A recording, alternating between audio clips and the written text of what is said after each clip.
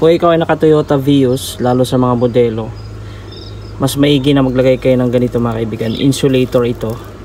Dahil yung baterya natin, pag na-expose yan sa init, mas iikli yung buhay niyan. Katulad ng cellphone natin, kapag overuse, nag-overheat yung battery, mas nag-shorten yung lifespan ng battery. Same also with the battery of our vehicle.